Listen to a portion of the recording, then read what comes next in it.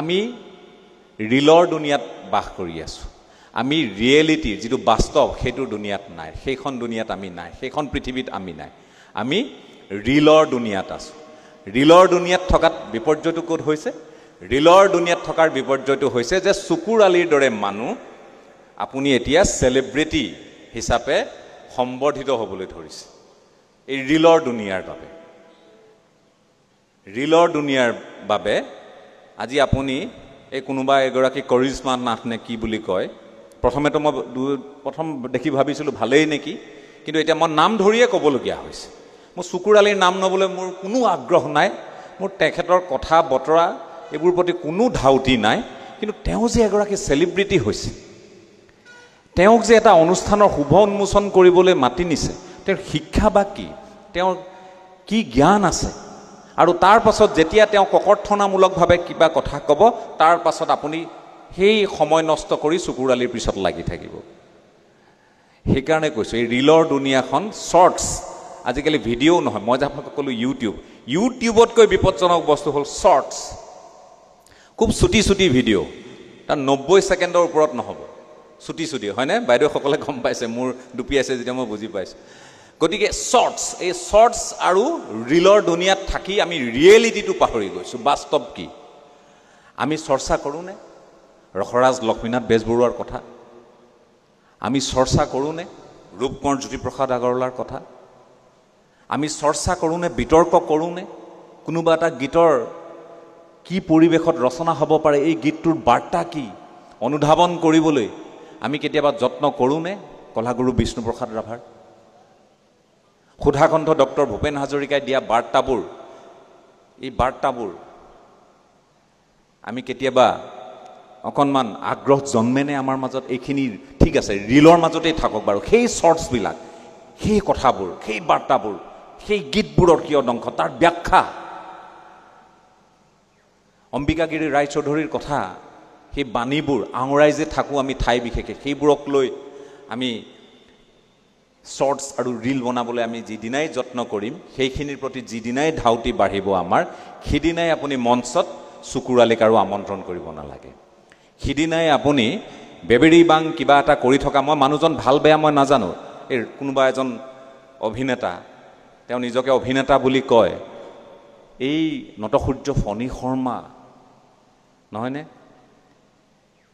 Eva চাও, নামবোৰ আমাৰ মানুহে পাহৰি গৈছে বোধহয়, মোৰ অনুমান এটা হয় কেতিয়াবা, নিপন গোস্বামী, বিজু ফুকন,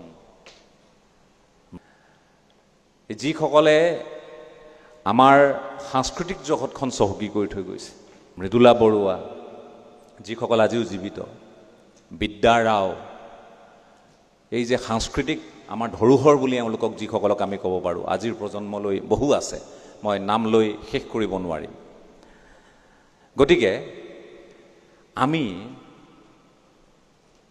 তেওঁলোকৰ ঠাইত যদি কোনোবাই বাৰে ভচহু কথা কৈ যিকোনো ধৰণৰ ইংৰাজী অসমীয়া নাকেৰে শব্দ কৈ গীত বনাই ভাইৰেল হৈ এই ৰিল আৰু শ্বৰ্টছৰ দুনিয়াৰে যে আপোনাৰ মোৰ মন মগজুটোক কব্জা কৰি ৰাখিছে, এই কথাখিনি আমি কেতিয়াবা অনুভৱ কৰিছোঁনে?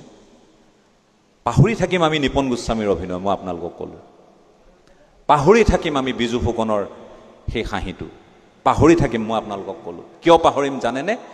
আমি তেওঁলোকৰ পৰা ক্ৰমাৎ একাষৰীয়া হৈ হৈ চকুৰ আলিৰ ৰাজকুমাৰ আৰু কোন কোন আছে এইবোৰ, যিবোৰৰ কৰিশ্মা নাথ, এইবোৰ যিবোৰ ভাইৰেল, যিবোৰে সংস্কৃতিয়ে বিয়পাইছে নে অপসংস্কৃতি বিয়পাইছে আপোনালোকে ভাবক। মোক কোনোবাই হয়তো এইটোৰ কাৰণে বিলাহী দলিয়াব পাৰে, কোনোবাই সামাজিক মাধ্যমত এওঁ কৰি আছে, আপোনাৰ দৰে মানুহজনৰনো কি দৰকাৰ পৰিলে বুলি, সাংবাদিক হ'ল বুলি আপুনি যি টি ক'ব বুলি হয়তো মানুহে মোক এই শিল দলিয়াবও পাৰে ঠাই বিশেষে, কিন্তু ক'বতো লাগিবই। সঁচাটো নোকোৱাৰ কাৰণে আমাৰ সমস্যাবোৰ হৈছে, বাস্তৱক অগ্ৰাহ্য কৰাৰ কাৰণে আমাৰ সমস্যাবোৰ হৈছে, আৰু বাস্তৱ বৰ কঠোৰ, বৰ কঠিন, বৰ বিপদ। সঁচা কথাবোৰ ক'লে আমাৰ গাত লাগে। গতিকে মই বিহুৰ এই বতৰত আপোনালোকক এইখিনি মাত্ৰ মোৰ মনৰ চিন্তাখিনিহে মই আপোনালোকৰ আগত দাঙি ধৰিছোঁ। মই আপোনালোকক উপদেশো দিয়া নাই, আদেশো দিয়া নাই, অনুৰোধ কৰিছোঁ চাব, নিজৰ সতি সন্ততি কোনবোৰ কামত ব্যস্ত, কোনবোৰ কামত মশগুল। আমি ক'ত মশগুল হ'ব লাগে, ক'ত মশগুল হৈ আছোঁ, ক'ত ব্যস্ত হৈ আছোঁ। তাৰ মাজত ভাল খবৰবোৰ হ'ল যে বিহুৰ আখৰা বাঢ়িছে। কৰ্মশালাৰ জৰিয়তেই হওক, প্ৰশিক্ষণৰ জৰিয়তেই হওক, বিহুৰ প্ৰতি আমাৰ মানুহখিনিৰ, বিশেষকৈ কণ কণ শিশুহঁতৰ পিতৃ মাতৃসকলৰ এটা হেঁপাহ বাঢ়িছে যে আমাৰ ল'ৰা অসমীয়া ভাল বিহুৱা হ'ব লাগিব, ভাল নাচনি হ'ব লাগিব, বিহু সাম্ৰাজ্ঞী হ'ব লাগিব, বৰ বিহুৱতী হ'ব লাগিব। আমাৰ এটা চিন্তা আপোনা আপুনি মনলৈ আহিছে। এই কথাখিনি হ'ল বিহুৰ বতৰৰ আটাইতকৈ ভাল লগা কথা, আটাইতকৈ আমাৰ মন জুৰুৱা কথা। মই আপোনালোকক বিহুৰ ব্যাখ্যা দাঙি ধৰিব নোৱাৰিম, ক্ষমা কৰিব, মই তেনেই নিঃকিন এই জ্ঞানৰ ফালৰ পৰা, জ্ঞানৰ পৰিধিৰে।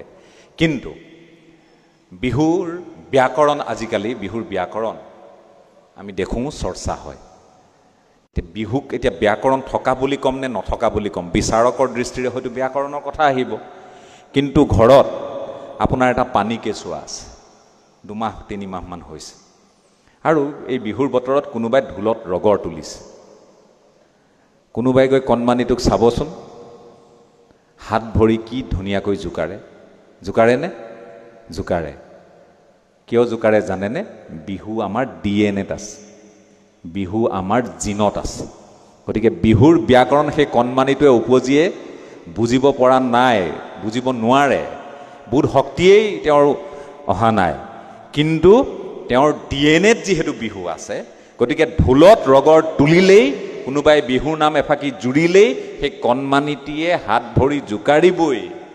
এয়াই বিহু, একেবাৰে স্বতঃস্ফূৰ্ত, কোনো ব্যাকৰণৰ ইয়াত প্ৰয়োজন নাই। গতিকে সেই বিহুৰ ওপৰত মই কি ব্যাখ্যা আগবঢ়াম আপোনালোকৰ সন্মুখত?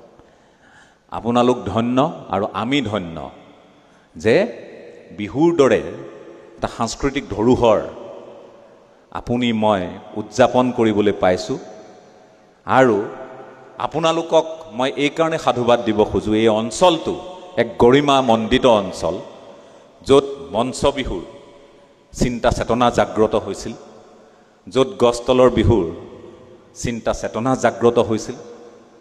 গতিকে মাধুৰীহঁতৰ তলৰ কথাই কম নে সিদিনা মই অহা চতিয়াৰ সেই 1933 চনত আৰম্ভ হোৱা সেই বিহুখনৰ কথাই ক'ম, নে মই অসম উন্নতি সভাই আৰম্ভ কৰা মই বান ৰংগমঞ্চৰ সেই বিহুৰ কথা ক'ম।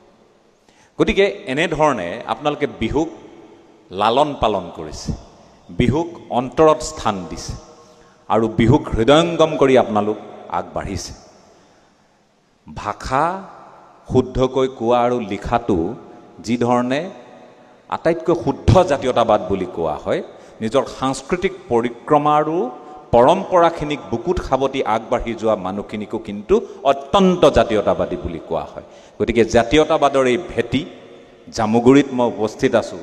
গতিকে আপোনালোকক এটা কথা কওঁ, দায় দুখ নধৰিব, মই বহুত ঠাইত কওঁ, আৰু এইষাৰ কথা তেতিয়ালৈকে ক'ম যেতিয়ালৈকে শেষৰখন পাৱাৰলুম গামোচা আমি এইখন আৰু শেষ দেই পাৱাৰলুম অসমত, আৰু পাৱাৰলুম নাই। এইখনে শেষ পাৱাৰলুম গামোচা অসমত, আৰু ইয়াৰ পাছত পাৱাৰলুমৰ গামোচা নাই। যেতিয়ালৈকে ক'ব পৰা নহ'ম তেতিয়ালৈকে মই ক'ম, কোনোবা ব্যৱসায়ী যদি কাৰোবাৰ ইয়াত আঘাত লাগে লাগক, কোনোবা বণিক গোষ্ঠীয়ে যদি আমাক টাৰ্গেট কৰে কৰক, কোৱাখিনি ক'ম। কিয় ক'ম জানেনে? চৰকাৰী হিচাপ মতে গুজৰাটৰ পৰা 250 কোটি টকাৰ পাৱাৰলুমৰ গামোচা আমাৰ অসমলৈ আহে প্ৰতি বছৰে। চৰকাৰী হিচাপ, মোৰ হিচাপ নহয় এইটো যদি চৰকাৰী হিচাপতেই যদি 250 কোটি টকাৰ পাৱাৰলুমৰ গামোচা আহে, এইটো গুজৰাট, পশ্চিমবংগ, ইফালে আপোনাৰ তামিলনাডু, চেন্নাই, এইবোৰৰ পৰা কিমান আহে? আকৌ আপুনি মই বোৱাখিনি আছেই, শিপিনীসকলে যি কিঞ্চিত বয় সেইখিনি আছেই। গতিকে এই বজাৰখন 1000 কোটিৰ কম নহয়। কি ক'লোঁ? এই বজাৰখন, গামোচাৰ বজাৰখন 1000 কোটি টকাৰ কম বজাৰ নহয়। কিন্তু শেষৰখন পাৱাৰলুমৰ গামোচা যেতিয়ালৈকে আমি এইখন থলোঁ আৰু দেই, দাহ কৰিলোঁ, ফালি পেলালোঁ, কিবা কৰিলোঁ, সেইখনেই শেষ বুলি যিদিনালৈ ক'ব পৰা নহ'ম, এই জাতীয় অনুষ্ঠান পতাৰ এই জাতীয়তাবাদৰ ভেটি আমি বীৰদৰ্পে থিয় হৈ থকাৰ কোনো অৰ্থ নাথাকিব। আপোনালোকৰ মাজতো সকলোৱে নহয়, দুই একে পাৱাৰলুমৰ গামোচা লৈ আহিছে আজি, মোৰ চকুত পৰিছে। যদি নিজে অনুভৱ কৰিছে ভাল, আৰু যদি অনুভৱ কৰিব পৰা নাই, আপোনাতকৈ আৰু নিহকিন কোনো নাই। আপোনাৰ যিমানেই ধন টকা পইচা নাথাকক, আপোনাতকৈ নিহকিন আৰু কোনো নাই যদিহে আপুনি পাৱাৰলুমখন লৈ আছে। মোৰ চকুত কেইবাখনো পৰি আছে। মই সেইদিনা চতিয়াতো কৈছোঁ, কাৰণ এই অঞ্চলত কন্যকাই কাম কৰি আছে।